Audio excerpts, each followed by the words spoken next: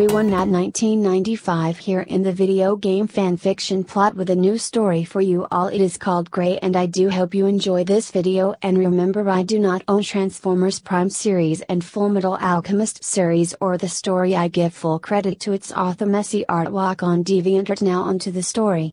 Chapter 5, So the Truth Comes Out. The leader of the Decepticons stood quietly, not saying a word.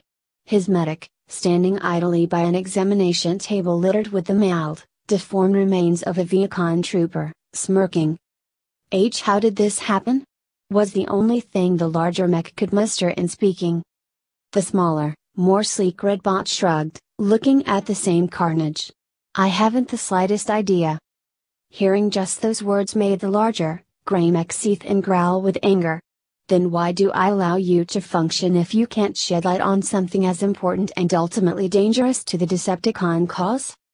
The Khan, Knockout, flinched and stuttered, finding that the larger mech's wrathful fist was getting a little bit close for comfort. Lord Megatron, I do not know what it is exactly that caused this ... but based on what I've seen and what Starscream described, I have surmised a possible theory. The Decepticon Starscream slowly moved from his stance against a nearby wall. Then by all means, Dr. Do enlighten the rest of us. We're after all so ... eager to share the knowledge. With a mildly quiet snarl to the Decepticon's second in command, the medic turned his glance to Megatron.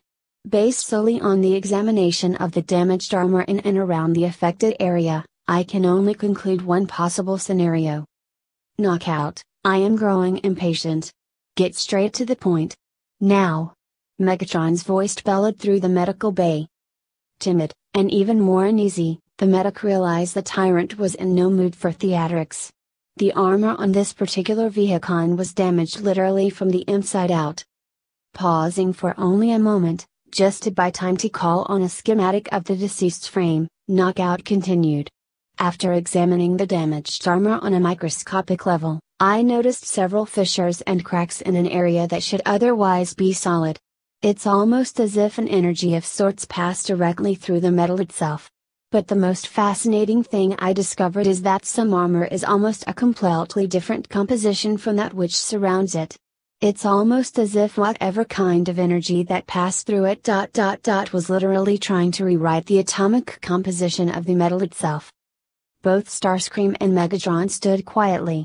Recognizing the silence, Knockout groaned, swinging his entire body around to the display terminal. What I mean, is that whatever those two humans did to this Viacon, quite literally was changing him, from the most basic level of all living things to something we could actually see. The wound being that very thing.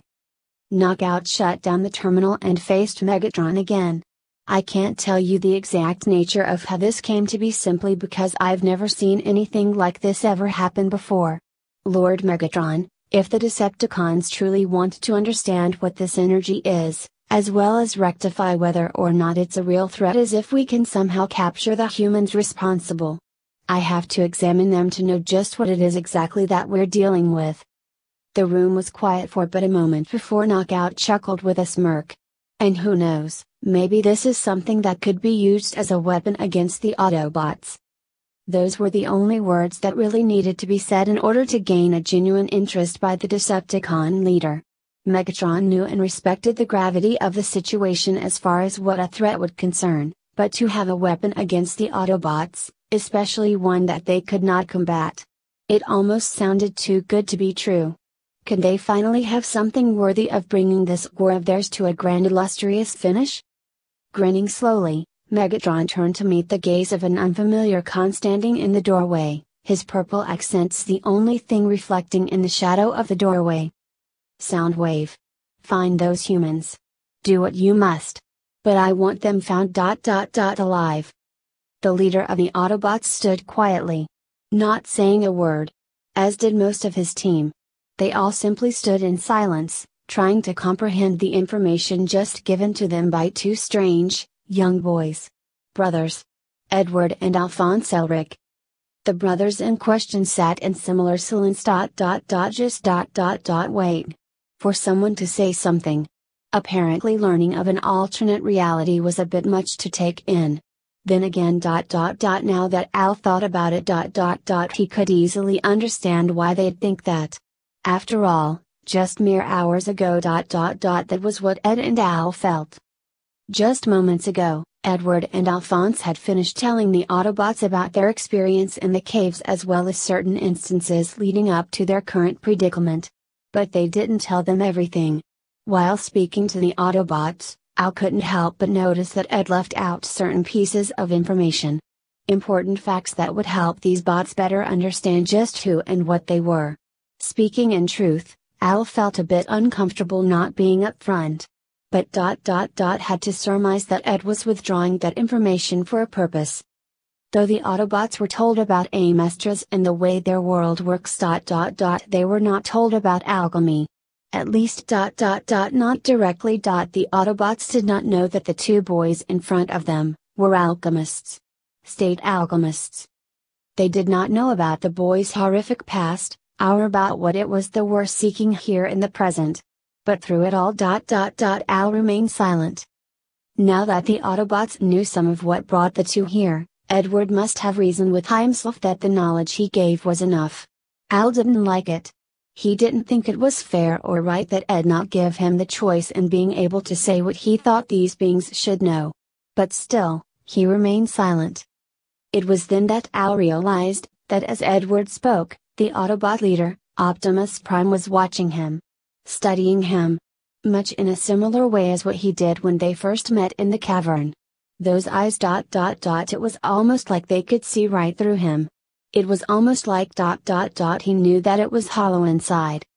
Coming back to the here and now, Al sat quietly, thinking about the way the Autobot leader was looking at him.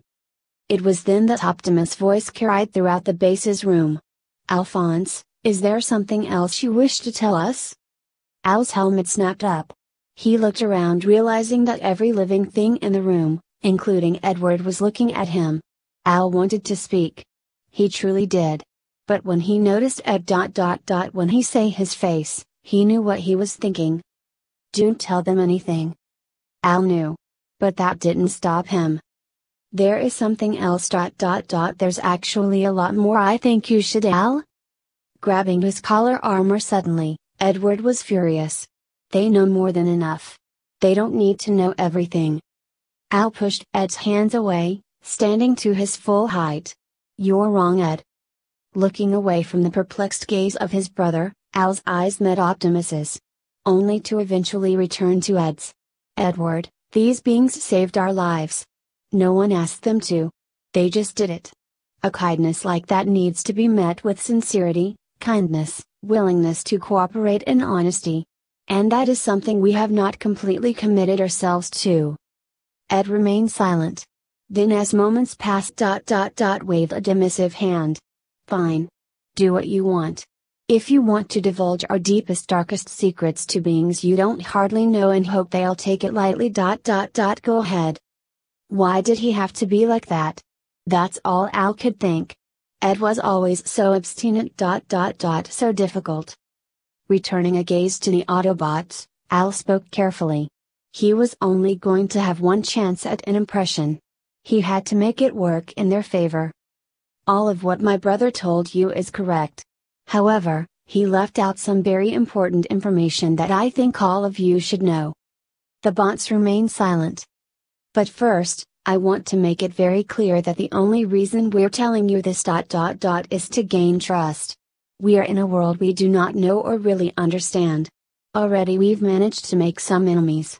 But based on the actions we saw in the cave, we can only conclude that our newfound enemies are also your enemies. And you know they say. The enemy of my enemy is my friend. Al paused to see what kind of reaction he had received, then continued. We can use all the allies we can get in this world. And I want you all to know that. We trust you. And we want you all to trust us too. Al looked at Edward, who was sulking in a pout, and continued. Earlier, you asked us what alchemy was. For us. It is a way of life. It is life. We were taught that it is first and foremost the ancient metaphysical science and or mystical art of manipulating and altering matter by using natural energy. As Ed finally decided to stop sulking, he stood beside Al and added reluctantly. This act is more commonly known to most alchemists as transmutation. Its sequence being comprehension, deconstruction, and reconstruction. Al nodded, looking at the Autobots. Just happy that Ed finally decided to cooperate. Comprehension basically entails the understanding of an inherent structure and its properties of the atomic or molecular makeup of its material to be transmuted. This understanding includes the flow and balance of potential and kinetic energy that is held within the object that you want to transmute. Deconstruction is using energy to break down the physical structure of the identified material into a more malleable state so as to be easily reshaped into a new form, and reconstruction is continuing the flow of energy so we can reform the material into a new shape. Ed groaned, but what you have to realize is that alchemy requires at least a basic understanding of chemistry and ancient alchemical theory. Chuckling, Ed continued.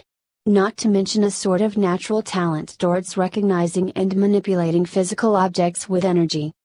Beaming, Ed grinned, pointing to himself. Alchemy requires uncommon levels of intelligence and aptitude. With an "oh brother" sigh. Al pushed Ed aside. Unfortunately, not everyone is capable of studying and practicing alchemy. Those that are known as alchemists. And every alchemist knows one undeniable truth. Just then, Edward placed his hands together. Though they were covered with white gloves, that didn't stop him from showing these beings just what he was capable of. A brilliant blue glow suddenly emanated from Edward's hands. He placed them among the rails of the catwalk, and in doing so, the glow became brighter. The Autobots immediately moved back, unsure of what was actually happening. Behaving as though they were genuinely alarmed by the events beginning to unfold. Ed delighted in this and pulled the rail from its stance, and within moments transmuted it. When the light faded, Ed hoisted an eloquently crafted spear above his head and beamed, his grin stretching from one ear to the other. But then, he gave it to Al and looked at the ground. His grin already long gone. In order to obtain or create something of equal value must be lost or destroyed. Edward, with all seriousness, looked to the Autobots. The room growing slightly quieter. They were in awe. How? How could a human do something like that? But they weren't finished. Al sighed quietly. There's more. Inanimate objects aren't the only thing alchemists can transmute. Just then, Edward slowly removed his gloves. He then ripped his jacket away. Revealing a silver metal arm. Most of the Autobots. Even Optimus were stunned. They couldn't hardly believe their optics. Slowly, and cautiously, Optimus approached. How did you do this? His voice was quiet but precise. For a moment, Ed and Al were very quiet. They couldn't even bring themselves to look at the Autobot leader. Or any of the Autobots. They had only just met these beings a few short hours ago, and already they want them to divulge the deepest, darkest secrets of their past? Ed. Edward looked up, his golden eyes meeting Alphonse's gaze. We have to tell them the truth. We have to be honest with them, or they'll never be honest with us. At that moment, Ed understood. He understood exactly what Al was thinking. He didn't like it. But he knew it was the only way to ensure that they could obtain an ally. One that could potentially get them home. Just then, Alphonse slowly raised his hands but stopped when they were adjacent to his chest. Edward isn't the only one. Al then raised his hands completely. And grasped his helmet, taking it away from the rest of the armor. All the Autobots this time, with the exception of the commander, jumped. Smokescreen even managed a startled squeak, an action that elicited some not so flattering looks from the other Autobots. Still, Smokescreen ignored them and cried out. There's no fleshy inside. He was right. The armor was empty. Please don't be alarmed. The headless armor echoed. I may not be completely human anymore. But I still have my soul. Al then pointed to his neck, encouraging the Autobots. Mainly Optimus and Ratchet, who, unlike the others, didn't seem bothered to investigate. Because of this blood seal. My soul isn't lost. Instead it stays attached to this armor. Optimus watched Al. Fascinated as he put his helmet back on. He then watched Ed as he wheeled the spear over his shoulder. Al spoke softly. We've made mistakes. Horrible ones. And we've paid the price. That is why we have to get back to Amestris. It's why we have to go back home. Al clenched his fist. Hard. We have to set things right. Looking up at Optimus, Al pleaded. So much so Optimus could hear it in his voice. Please. Don't ask us to relive the horrors that we've faced. Just know. We've faced some. Al looked around the room, his gaze passing from one thing to the next, but not falling on Optimus. We know we have no right to ask this of you or your team, Commander. But will you please help us? Help us make our world what it once was. Please help us to help ourselves be what we once were. There was another pause of silence for quite some time. Optimus did not say a word. Instead he looked to his Autobots. One by one he examined their faces. And they were all the same. It was almost as if they were saying, "We are with you, Optimus. No matter what you choose to do, we're with you." Looking back at Alphonse and Edward, Optimus exchanged a small but genuine smile and nod. This Edward character seemed difficult. But nonetheless, the two brothers seemed genuine. Especially young Alphonse. With a sigh, Optimus spoke. You both have shown great courage in revealing to us what you know and are capable of.